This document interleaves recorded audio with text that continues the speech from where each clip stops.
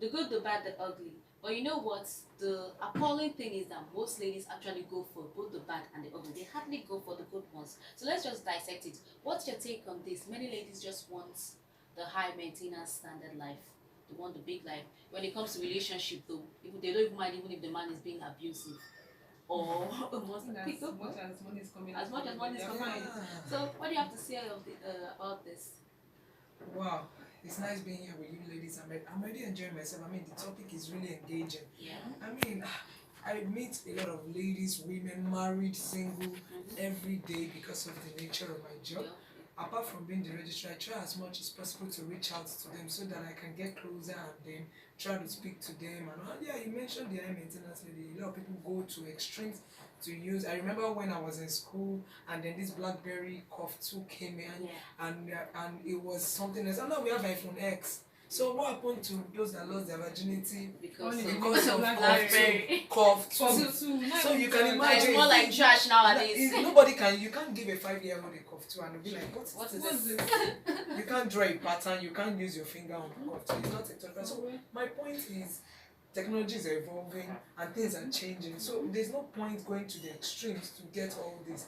And of course, hard work and determination pays. Look at a lot of you mentioned married women or women, girls in relationship enduring abuse just to maintain that high standard. Yeah. I mean, I remember vividly when I was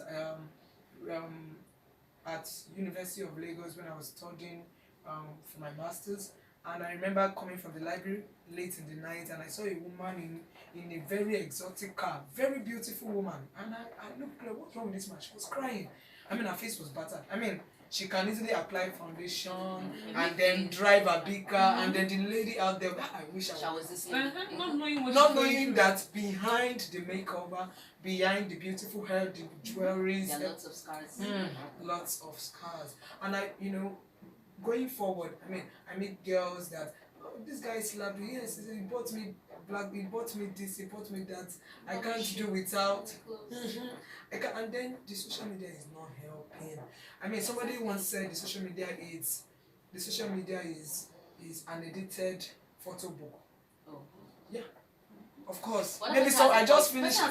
Yes. That maybe you just slapped me and I don't applied my makeup and I'm like chilling with my girls, we like a pie chop. Yes, and then you looking fly and you go to somewhere beautiful, take a picture, and like now in Dubai, and meanwhile you're in Lagos, and then people are, wow, I want to be in we finish secondary school together, and then the pressure.